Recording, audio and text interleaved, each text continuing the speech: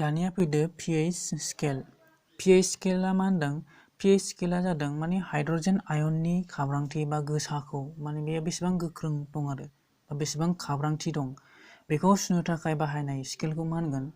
माने बेखौ हाइड्रजेन आयननि बा मोनसे गलिलाआव थानाय हाइड्रजेन आयननि खाब्रांथिखौ बा बेसेबां गोसा दङ बेखौ बेयो बे pH स्केलनि गेजेरजों सुयो आरो बे सुग्रा स्केलखौनो होनदों बे माने बै गलिलावनि हाइड्रजेन आयननि खाब्रांथिखौ जखा लाग्रा आगजुखौनो मा होनगोन? pH स्केल होनना बुंगोन आरो बेखौ होनदों बेयाव होनखादों बेयाव होनदों नै गलिलाआव हाइड्रजेन आयननि खाब्रांथि बा गोसा गोख्रैथिखौ सुनो थाखाय बाहायनाय स्केलखौ मा होनदों? pH स्केल बुंनाय जायो बेखौ होनदों आरो बे pH स्केला मा होनदों? pH स्केला सरासनस्रायै जोङो 0निफ्राय बा 0निफ्राय 14 सिम जों बेनि जखाखौ सुनो हायो आरोखि बा जखासिम जों सुनो हायो। माने बे pH स्केलाव गाहायै 0निफ्राय 14 सिम अनजिमा थागोन आरो बेनि गेजेरजोंनो बै मोनसे गलिलाआव थानाय हाइड्रजेन आयननि खाब्रांथिखौ सुनो हायो।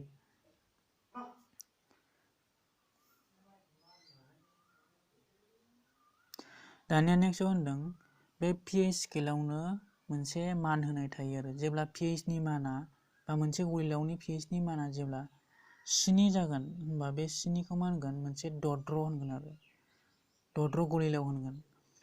जेब्ला बे मोनसे गलिलाआवनि pH नि माना 7निफ्राय गाहायाव आरोखि गाहायाव जेरैहाय 6, 5, 4, 3 बेबायदि जायोबा बे गलिलावखौ जों मा होनगोन? बे गलिलावखौ जोङो मोनसे एसिडारि गलिलाव होनगोन आरोखि एसिडारि गलिलाव। मानि थाखाय? बेयाव हाइड्रजेन आयननि माना बा खाब्रांथिया बेया जोबोद गोसा बा गोख्रोंथार बा खाब्रांथि बेयो जोबोद खरा आरोखि। जेब्ला मोनसे गलिलावनि pH नि माना 7निख्रुइ गोजौआव बांलांनाय बा 7निफ्राय देरसिन आरो जेरै 7निफ्राय देरसिन जेरै 8, 9, 10, 11, 12, 13 बेबायदि जालाङोबा बे हाइड्रजेन आयन बा हाइड्रनियाम आयन बे OH नि माना बांलांगोन आरोखि। अब्ला बै गलिलावखौ जोङो मा होनगोन? खारदैयारि गलिलाव होनगोन आरोखि। मोनसे गलिलावनि खाब्रांथिखौ जोङो सुनानै जेब्ला मोनगोन अब्ला जेब्ला जों सुगोन बै गलिलावखौ जों जेब्ला सुगोन अब्ला बै स्केलाव बे मोनसे थि मानाव थागोन आरो जेब्ला बेयो 7नि गेजेराव बा 7आव थायोब्ला बेखौ बे गलिलावखौ जों मा होनगोन? दद्र। जेब्ला pH नि माना बै गलिलावनि pH नि माना 7निख्रुइ गाहायाव दङ होमबा बेखौ जों एसिडारि होनगोन। जेब्ला 7निफ्राय बारा थागोन अब्ला बै गलिलावखौ जोङो खारदैयारि होनगोन आरोखि। दानिया फैदो pH नि गोनांथि। 1 नाम्बार पइन्टआव होनदों जोंनि दोगोन फारिखान्थियाव उदैयाव थानाय हाइड्रक्लरिक एसिडआ जामुंनि दोगोन जानायखौ हेफाजाब होयो बा हेफाजाब खालामो। माने जोंनि उदैयाव थानाय हाइड्रक्लरिक एसिडआ जों जानाय जामुंखौ बिसोर दोगोन खालामनायाव हेफाजाब खालामो बेखौनो। नाथाय बिसोरो जोंनि उदैयाव थानानै बिसोरो मा जोंनियाव बिसोरो माबा खालामा आरो खहा खालामा। बिसोरो खहा खालामा जासेनो बिसोरो मा खालामो? जोंनि दोगोन जानायखौ हेफाजाब खालामो। माब्लाबानि समाव दोगोन जायै समाव जोंनि उदै सिङाव मा सोमजियो? गोबां मा सोमजियो? एसिड सोमजियो आरोखि। दोगोन जायै समाव एसिड सोमजियो। बै समावनो मा होनदों? बे समाव मा जायो? सानाय बा माननाय सोमजियो आरो माने दोगोन जायै समाव जोंनि भान्दाराव बा उदैयाव जों जानाय जामुंफोरा एसिड सोमजिहोयो आरो बेनिखायनो बैसोरो एसिडफोरानो जोंखौ एखनबा साहोयो बा माननाय सोमजिहोयो।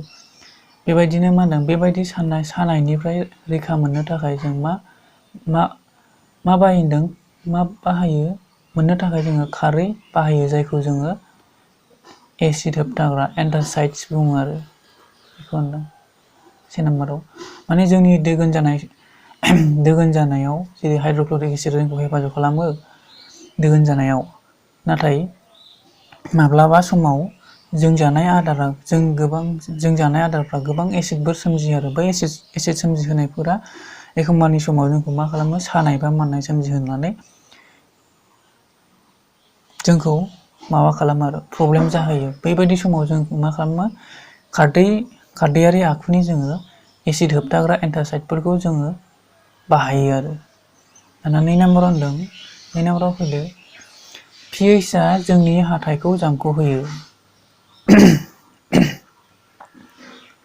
मा होनदों pHआ जोंनि हाथाइखौ जामखहोयो बे जाबाय दाना बे मा होनदों जेब्ला pHनि माना 5.5 निफ्राय खम जायो अब्ला हाथाइया जामखयो 5.5 नि गाहायाव ओरै गाहायथिंजायबो मा थायोमोन 5.5 बिदिनो 5.4 बेबायदिबाथ' एसिड जायोना बिराद एसिड जायो एसिडनि थाखायनो जोंनि हाथाइया बियो जामखयो आरो बेबायदिनो मा होनबावदों खुगायाव थानाय बेक्टेरिया मा खालामो सिनि बा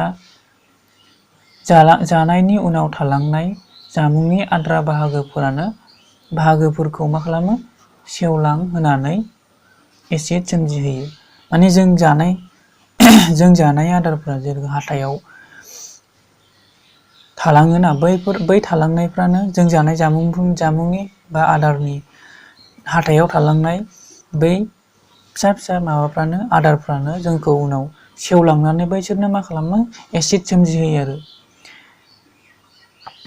बेनिफ्रायनो जोंनि हाथाइया जामखयो एसिड सोमजिनानै जोंनि हाथाइफोरा जामखयो आरो बेखायनो बेखौ होबथानो थाखाय जों मा खालामनांगोन बेखौ होबथानो थाखाय जोङो जाखांनायनि उनाव मा खालामनांगोन खुगाखौ सुनाय बा साफा खालामनाय आरो मा खालामनांगोन खारदैयारि टुथपेस्टफोरजों जोङो साफा खालामनांगोन आरोखि जों बै हाथाइ मानजिनो थाखाय टुथपेस्टफोर बाहायोना बेबायदिनो जोङो जाखांनानै बा जों जामुं जाखांनानै जोङो मा खालामनांगोन बैखौ साफा खालामनो थाखाय जोङो खुगाखौ सुनांगोन बेनि उनाव बेनिफ्राय जों मा मोनो रैखाथि मोनो आरो दानिया नेक्स्टआव 3 नाम्बाराव होनदों जुनार आरो लाइफांफोरा गावनि रैखाथि खालामनाय माब्लाबा जोंखौ बेरेया जोयोब्ला सानाय आरो माननाय मोनो बेयो जादों बेरेया गावनि खिज्लाङाव थानाय एसिड हगारो माने बेरे जोयोब्ला जों सानाय मोनो नालाय बेनिखायनो बै बेरेनि खिज्लाङाव एसिड थायो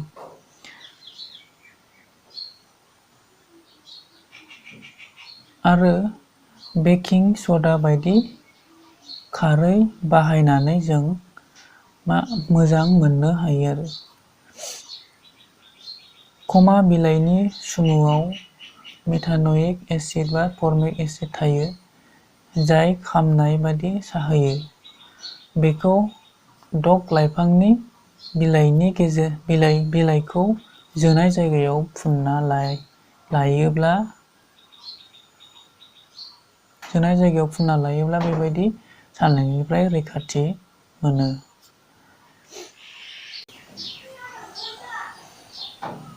दानिया नेक्स्टआव फैदो सरासनस्रा सानफ्रामबोनि बाहायनायाव pHनि गुबुन मान गलिलावनि मुं pHनि मान 1 नाम्बाराव दं बान्दार गेस्ट्रिक बिदै बेसेबां थायो pHआ बेसेबां थायोनो 1.2 नारें लेबु बिदैयाव 2.2 गोग्गो दैयाव 7 थायो थैयाव बेसेबां थायो 7.4 खारदैयारि जागोन बेयो 5 नाम्बाराव दं भिनेगाराव बेसेबां थायो 4.0 एसिडारि आखुनि 5 नाम्बाराव दं टमेट' बिदै 4.1 एसिडारि आखुनि कफियाव बेसेबां थायो 5 एसिड गाइखेर 6.4 साहा 5.5 11 नाम्बाराव दं खुदै जानायनि सिगां 7.4 खुदै जानायनि उनाव 5.8 दावदै 7.8 टुथपेस्ट 8 सडियाम हाइड्रक्साइड 14 बेटारि 0 निफ्राय 1 सिम थायो बेहाय अखा हादै 5.6 बा 6 नि गेजेराव थागोन बेयो ओमफ्राय बेकिं सदा 8.3 मेग्नेसियाम गाइखेर 10 हाइड्रक्लरिक एसिड HCl आव बेसेबां थायो 0.0